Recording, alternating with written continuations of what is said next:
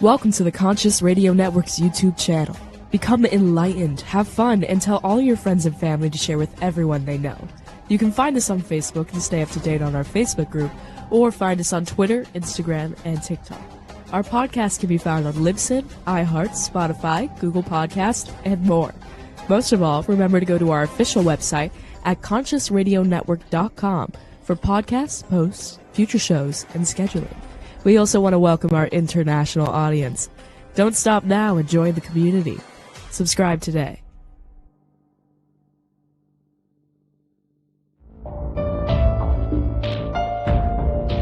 This is the Conscious Radio Network.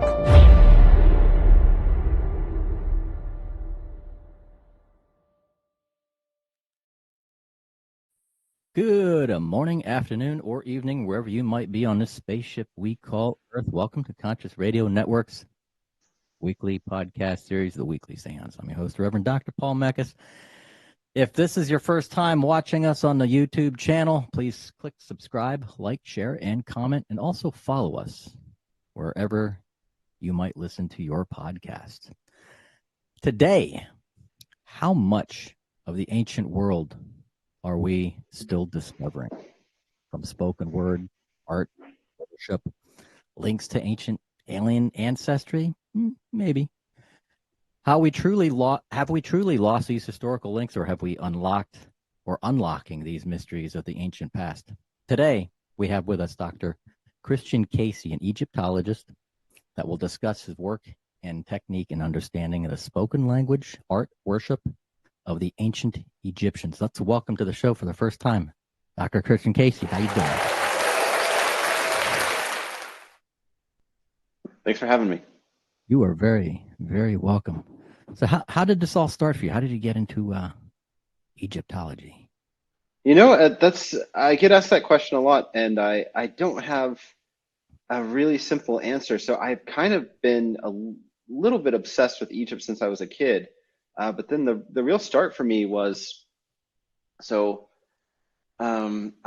went to college and I had to take a language course. So I took Latin because I was always interested in ancient languages. Then I discovered Egyptian hieroglyphs and I just became obsessed. I think I was probably, 19 years old or so. And the thing that really grabbed me about it, so I've always been interested in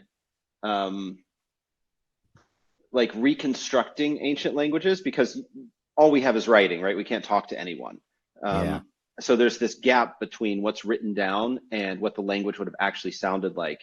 And it's a bigger gap than you might think. If you hear someone who's, someone reading Latin or something, and then you hear like an Italian speaker, they sound radically different because that Latin speaker probably isn't fluent in the language. They're just imitating what's written, and it just doesn't sound natural. So I've always been curious about getting to that, like the human part of it, like what people actually sounded like, as opposed to the way that writing sort of artificially records language.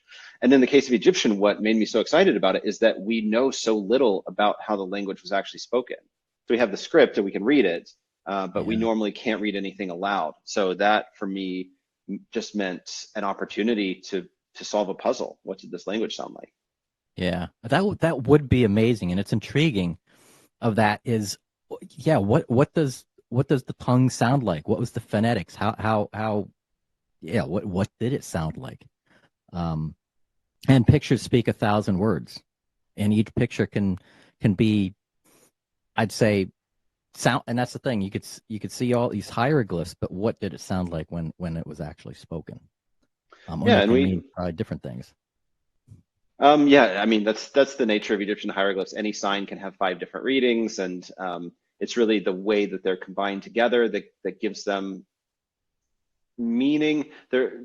Most hieroglyphs are phonetic, so just like our alphabet, they actually do represent sounds, but they don't record the vowels, and there's some additional wrinkles in that. But basically, it's just like the consonantal shells of words, which you can imagine is if you imagine an English example, it's actually fairly easy to figure out what things are supposed to sound like, but then there are gaps that you can't fill. So we do have kind of a rough idea, but then the farther you go back, the more of this really interesting, mysterious poetry we find but we can't pronounce it, so we don't really know what it sounded like or how it worked. It's mysteriously silent, and that is always intriguing. Yeah. Now,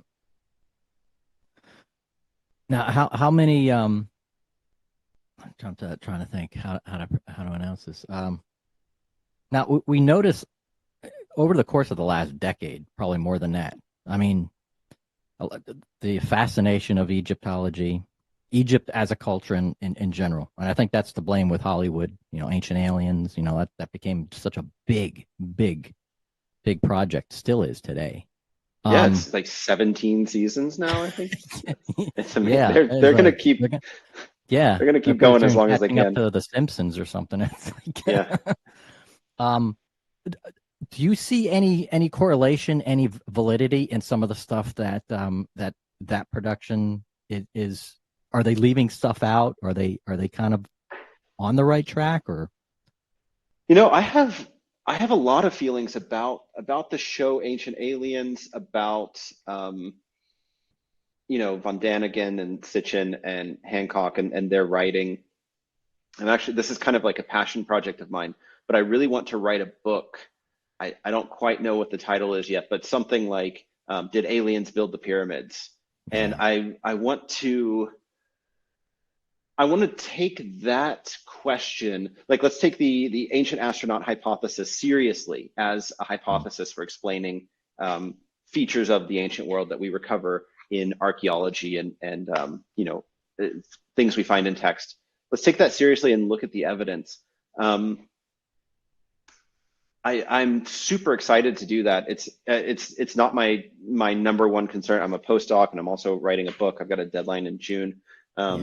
So I'm very busy, but that's something I've really wanted to do for years now. So I've been kind of quietly researching it for a long time. And what I really want to do with that is so my experience from talking to people, because when you tell people you're an Egyptologist, roughly 1 out of 3 people ask you about aliens immediately. Right?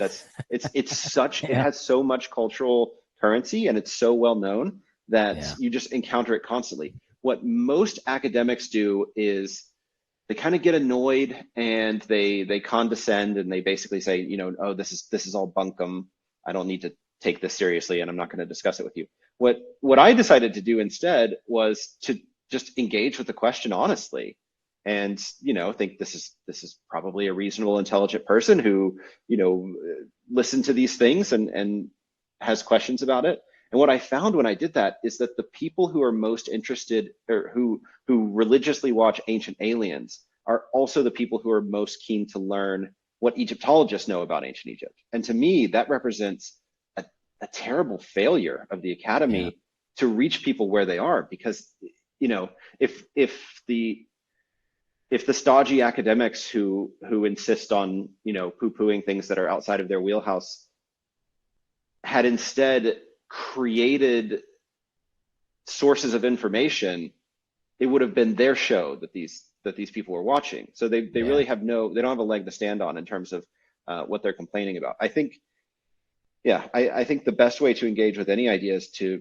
treat it as a serious hypothesis and just look at where the evidence takes us. It's also just cool as hell. Like the ancient astronauts, the idea that extraterrestrials have visited Earth in our past and that there are clues left in the archaeological record. Mm-hmm. I think that's just an awesome idea. I mean, that's basically the movie Stargate, which is it's very, very popular among Egyptologists. It's like one of the 5 or so favorite Egyptology movies. So it's not really the concept that bothers people. I think it's the number one thing that I experience when I watch Ancient Aliens, and I do watch it quite a bit actually because I'm interested in writing about it. They'll look at something and they'll kind of put the camera right here and they'll say, look at this little thing. Isn't that thing weird? And what happens if you know the subject, you want to just say, like, just zoom out to all this whole like interconnected web of things, and suddenly that thing isn't so weird anymore. Suddenly it fits in this huge constellation of interrelated things, and it doesn't demand an extraordinary explanation anymore. Doesn't preclude an extraordinary explanation either. And I think, yeah, I love outlandish ideas. I think the only way we grow as people is by exposing ourselves to new ideas and taking them seriously and seeing where it leads us. Yeah. So yeah, I think I'm in a weird position as an Egyptologist because I'm one of the few Egyptologists who genuinely likes the show Ancient Aliens. I don't agree with it very often, Right. but I do enjoy it, and I think there could be some real value to these kinds of ideas, and also in letting it be fun. So the thing about Ancient Aliens that I love the most is that it's just super fun.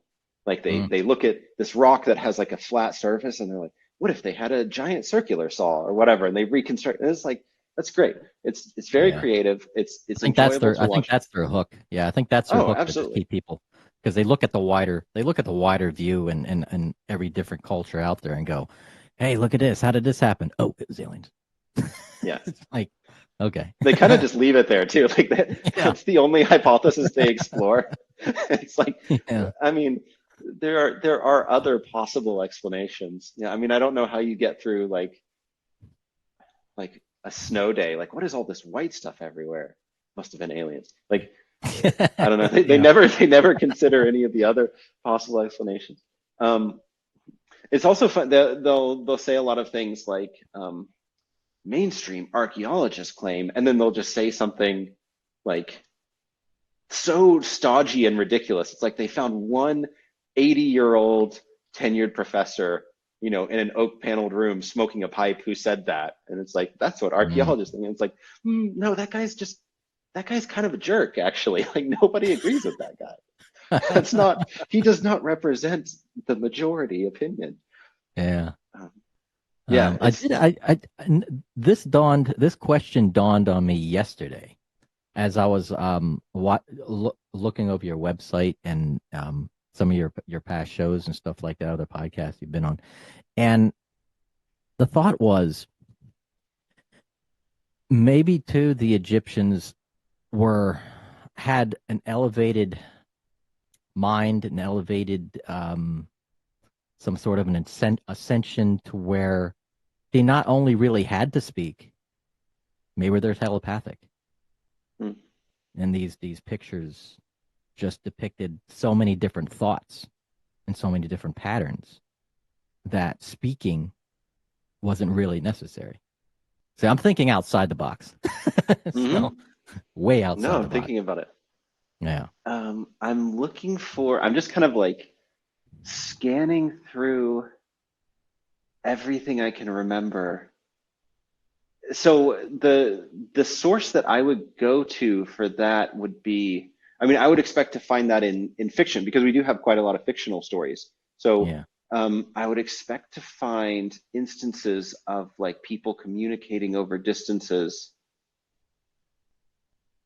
I'm having trouble finding any. I mean, in ancient Egypt, speech was actually, it was highly elevated. Like divine speech was, like, capable of creation. I think I'm gonna take your suggestion and kind of flip it and go in a totally different direction with it. What I find much more intriguing about the things that we see in these ancient Egyptian religious texts is almost the exact opposite of a sort of connection without speech. What we actually see are, I haven't tried to explain this before in like non-academic terms, so I'm going to see if I can put together something that makes sense. So if you look at something like the pyramid text, you have these religious texts written on the inside of the burial chambers of later pyramids. And they're filled with all of these puns. But what's interesting is that the puns are not, they're not frivolous at all. So a lot of times you'll have these repeated offering formulae where they'll, part of the treatment of the deceased in their tomb was to offer them food for the afterlife. You'll see on tomb paintings, they have like big tables piled up with different types of food in a sort of like extravagant feast. So offering food was a big part of funerary rituals. So you'll see these repeated series of offerings where they'll offer a type of food, and then it will be related to some kind of mythological concept. The one that pops into my head, I think, is like white onions, and this is Horus's eye. A lot of those offerings and then their mythological connection are based on wordplay.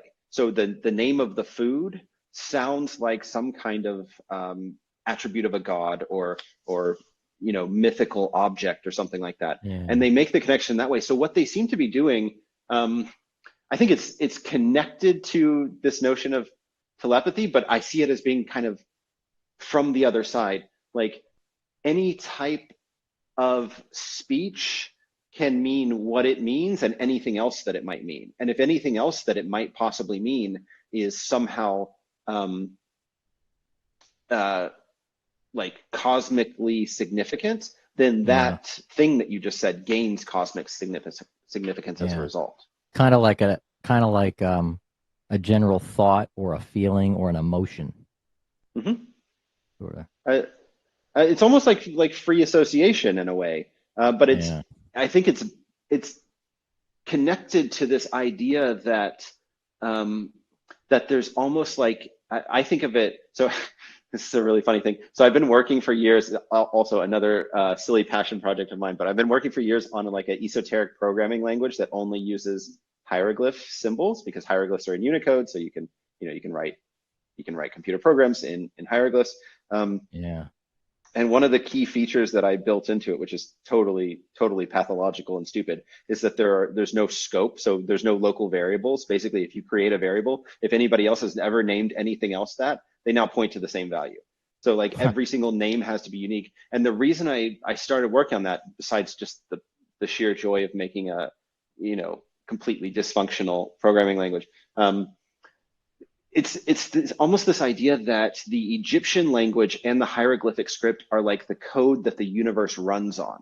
So if you have an onion and draw a picture of it and write the word onion, you've also like invoked the eye of Horus by doing that, because these things are connected in some sort of deep mystical way. And I just love that. I don't think I've seen that anywhere else that I can remember. It's almost like Kabbalah mysticism, and like the Hebrew text. That each letter, each character has a secret value. And names. Names in actually that is a good point of compare. I see it as being slightly different, but like almost all of the names. Adam is like earth. Oh gosh, I haven't done Hebrew in many years, but Eve is basically life. It's like Hoa, it's like Haya, and Adam. It's like I named you Adam because I took you from the earth, and like earth is Adama and Adam. So there's all these like loose word plays that actually you could think of them as being sort of literary, like they add something to the story. Or you can think of them as having some kind of deep significance. So the example that I think a lot of people today could probably relate to is in the New Testament, in Greek actually, when Jesus is named, there's I forget the chapter and verse, but it basically says I named him Jesus, which is Yeshua, because he will save, which is Hebrew Yesha, his people, but it's in Greek. So the pun doesn't actually work. You're meant to like translate it into Hebrew in order for the pun to actually operate. So I think it's something that's quite widespread, especially in the ancient Near East, the idea that word plays can be spiritually meaningful. I think these ancient, really, really old Egyptian texts, we're talking Old Kingdom, like texts that probably started being written down 5,000 years ago. The wordplay is very, very deep. It's a fundamental component of how these ritual texts operate on the universe, which means that whoever is writing them had a belief that by saying a certain word that sounded like another word, you're actually like invoking the power of that thing. Yeah. Well, hence the word spell. I mean, when the word spell today, how it's linked to, offering a spell or putting on a spell. Even how our words are linked today to multiple different things, especially the English language. But yeah, the association with them is crazy. Like, now the how close are you are we? I mean, as far as like, I'm not, I don't want to put you on the spot as far as like, are you that That's what I'm close here for. of coming up with some, what it possibly sounds like? Can we use Actually, AI possibly to kind of like maybe get some sort of yeah, idea what it sounds like? that's the goal. I mean, the trouble with using AI on it. So this is something that I've actually worked on. Mm-hmm. I also did a bunch of like machine learning and engineering courses in grad school, and I've tried sporadically different like deep learning approaches to Egyptian problems. And it's a boring answer, unfortunately. I'm really sorry, but basically the No way those worries. things work is you just like the way training a neural network works is you just slam it with data. You just give it Yeah. so much data, and it sees so much data that it learns like the functional mapping between the thing you're giving it and the thing you want it to spit out. Um, the problem with ancient Egypt is that we just don't have enough data. And really the cause of that is that most of our materials, I mean, this is a small field, it's chronically underfunded. A lot of our texts are still like written by hand in the books that we read. So Yeah. we, until fairly recently, in fact, there's a new project that just came out called ORAKE, where they digitized a bunch of Egyptian texts with like Unicode hieroglyphs. That didn't exist when I was in grad school a few years ago. So you don't have enough data to actually do these things. I think we're finally getting to the point where we can, but I'm working on another project, which is the idea is to, so you've seen hieroglyphs plenty of times, but Egyptian was also often written on papyrus with a pen. And Yeah. as you can imagine, like drawing the hieroglyphs with a pen on paper anytime you wanted to write a letter is incredibly cumbersome. So very, very quickly, starting in the Old Kingdom, Egyptian developed a handwritten script called hieratic, which is basically just abbreviated hieroglyphic shapes. Mm. It's quite elegant, actually. If you Google the word hieratic, Hieratic, you'll find some really nice examples.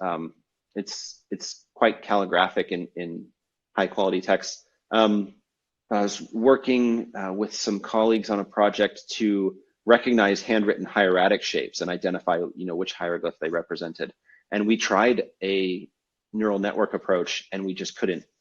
We just don't have enough data yet. So the next task is to annotate huge collections of digitized hieratic texts. Identify the signs so that you get these training data, like the hieratic mapped to the hieroglyphs. Then theoretically, you can train a neural network to then do that Yeah. task on an unseen text. Wow.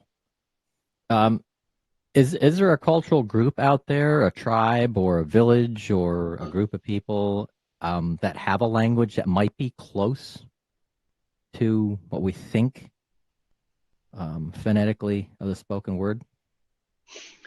Yeah, there's a couple answers to that. So the largest group that still uses a form of Egyptian is the Coptic Orthodox Church. So the language of their liturgy is the Coptic language, but Coptic just is Egyptian. So Coptic is Egyptian starting from around the beginning of the Common Era. Our first texts are from the 4th century, and then we have some sporadic older, fledgling Coptic texts from before then called Old Coptic. And then it lasted until nobody knows really for sure when Coptic totally died out as a spoken language, but there are reports of people speaking it in the 18th or 19th century in Upper Egypt. So the Egyptian language was actually spoken and written for, let's see, about 5,000 years, which gives it the far and away the greatest longevity of any written language, which is why it's so interesting for linguistic research, because we have this very, very deep history. Yeah. Yeah, Coptic is Egyptian. It's written with a modified version of the Greek alphabet, kind of in the same way that the Latin alphabet is a modified version of the Greek alphabet. They took Greek and adapted it to the Egyptian language. And Coptic is my favorite language in the whole world. And it's also like a major source for the kind of research I do. It is technically classified as a dead language. It's used in the liturgy of the church, but there are some villages in Upper Egypt where there's sort of a quorum of people who know Coptic, and they speak Coptic to their children. And there's a Coptic revival movement happening right now where people are actually deliberately speaking in Coptic to their children to try to raise a generation of native Coptic speakers. So that the Egyptian language actually is slowly but surely on its way back to life. Yeah. So that's really exciting. Huh. Yeah, and I'm sure you've definitely seen it. They had it on a couple episodes there about the Dogon tribe in Africa. That they thought that was one of the closely related ancestors of the Egyptian culture. But obviously, I've never heard their language. But I've never heard their language either. I think, is it Mali? Do they live in Mali? I think so. Yeah. Yeah. Please, anyone listening, please forgive my ignorance. And the only thing I really know about the Dogon people is that they knew that Sirius was a binary star system before astronomers discovered it, and nobody knows how they knew that or why they thought that. It's one of those historical oddities that I don't know of a good explanation for. It's like we didn't see it, or we didn't discover it until like what, 50s or something like that.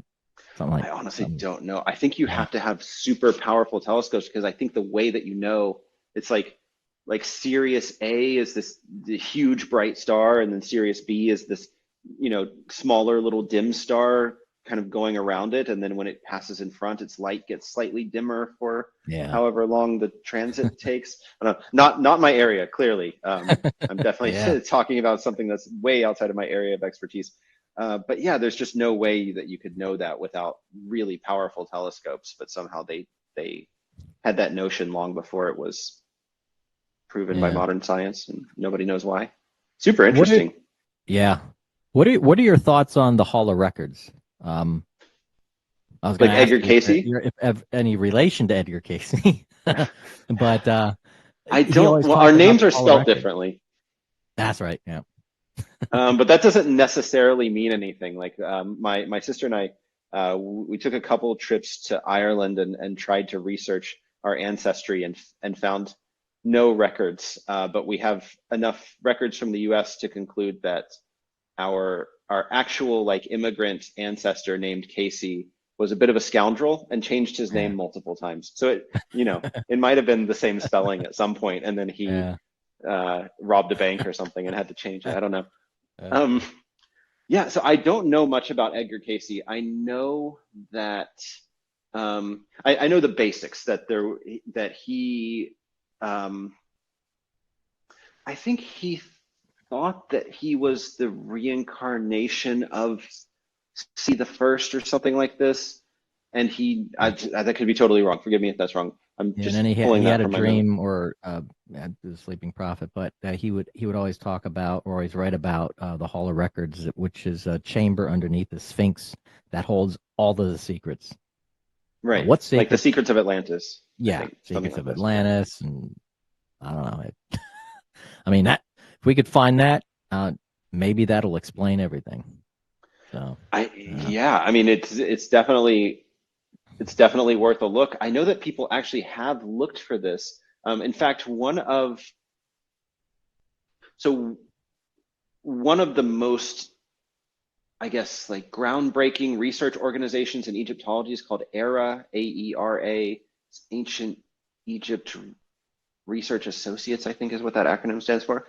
And they're doing work now on the the workers' village around the Giza pyramids. So they're doing all this archaeological research. But Mark Lehner, who's the top guy in AERA, who the archaeologist leading all these excavations, he originally went to Egypt in the 1970s for the purpose of finding the Hall of Records, because he was a Caseite. And he met up with Zai Hawass, who was just incredibly supportive of this concept, and he let them go look. And I know that Mark like put aside that belief after doing that work, and now digs workers' villages, and they're finding incredibly cool stuff. So that's as much as I know about. I think I literally just said everything I know about it, but that also kind of, unfortunately, I would love for there to be a Hall of Records too, but the fact that a true believer Egyptologist went searching with the blessing of the Egyptian government and didn't find it kind of leads me to think that it probably is, but I don't know for sure. I don't claim to know. Yeah. But yeah, I knew you had limited time to be with us today, so I try to keep him about anywhere between 30 to 45 minutes. So if you got to go, just give me the hint. Okay, sure. So now see, there's a lot of Egyptian symbology and iconography in Vatican. Mm-hmm.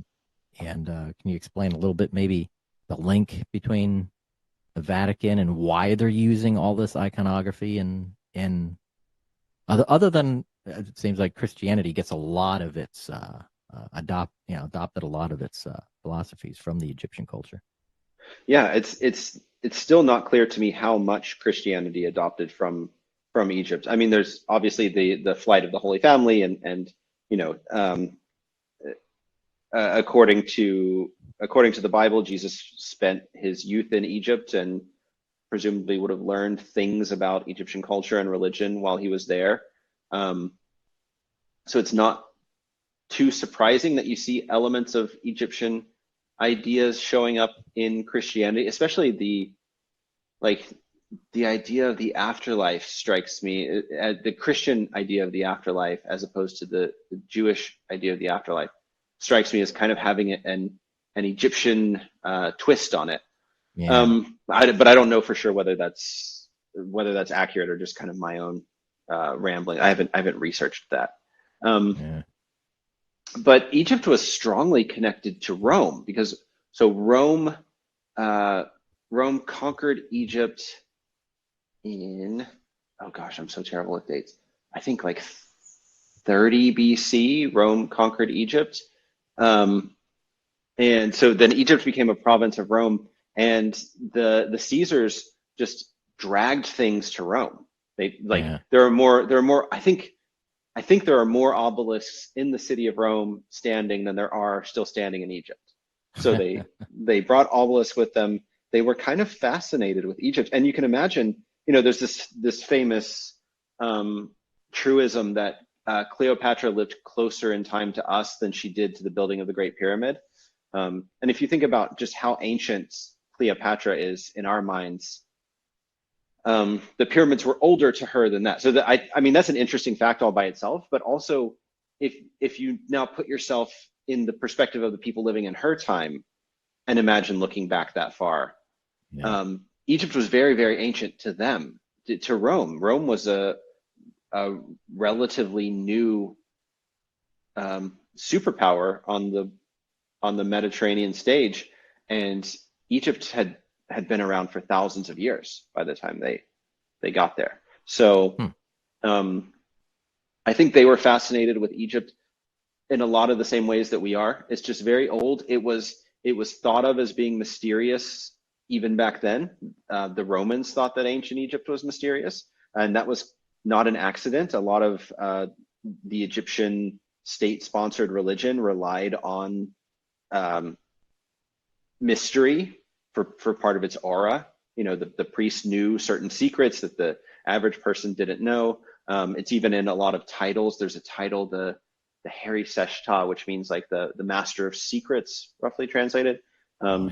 So the Egyptians themselves were really keen on secret esoteric type knowledge.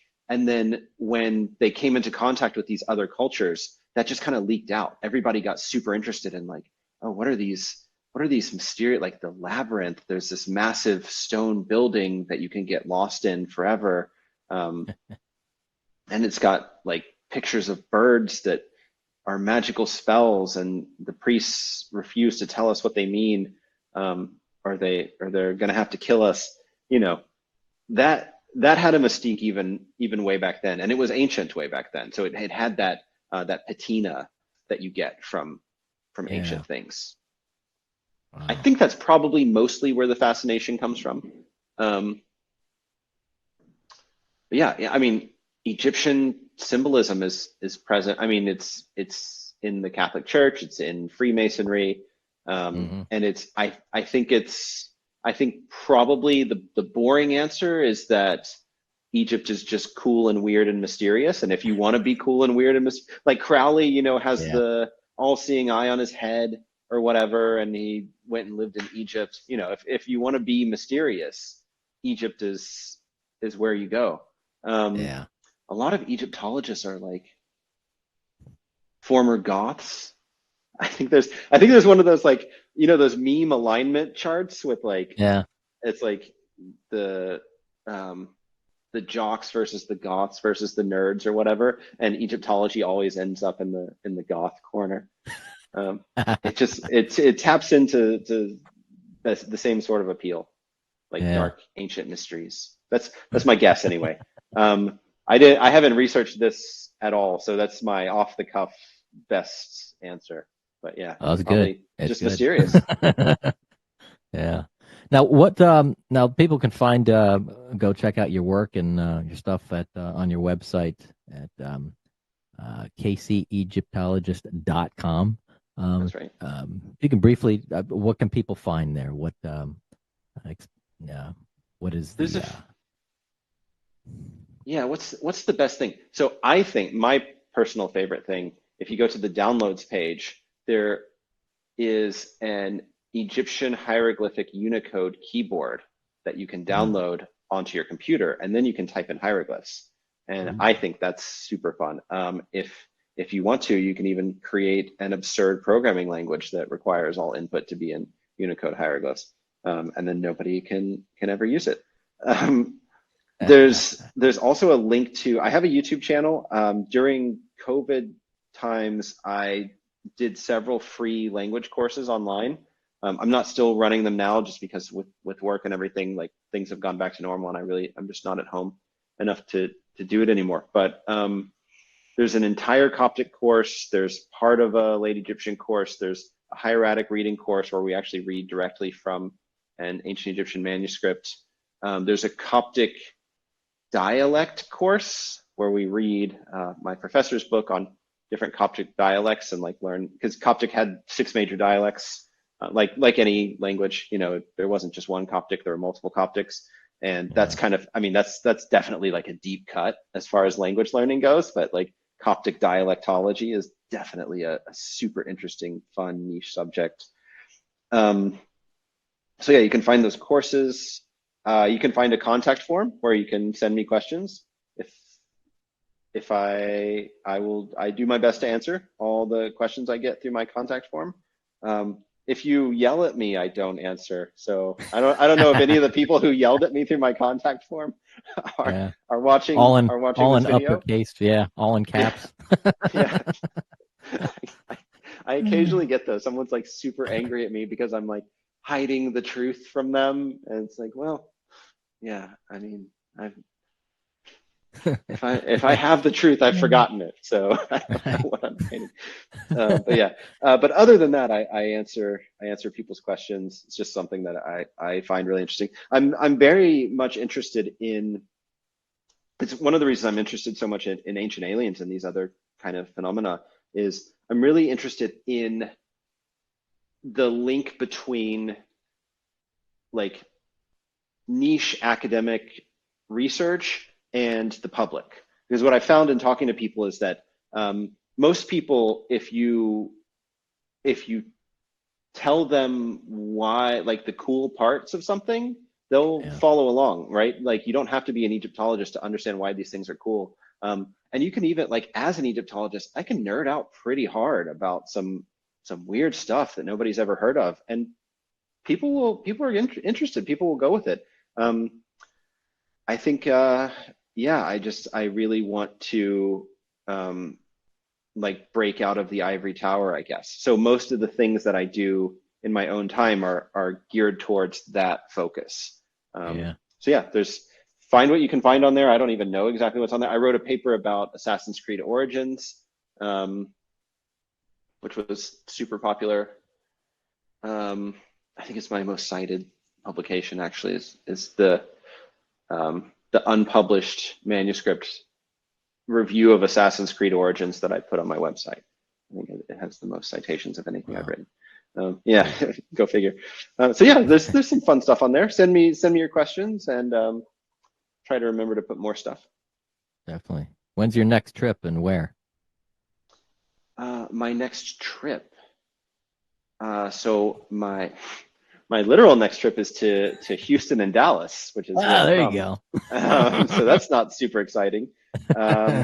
My next trip after that is I'm going to this town in southern Italy called Matera, where they have this annual festival of like what is her name, like Madonna Bruna or something, this festival of a Madonna where they like parade her down the street, and all of the houses are like built into the hillside. So I'm staying in a cave.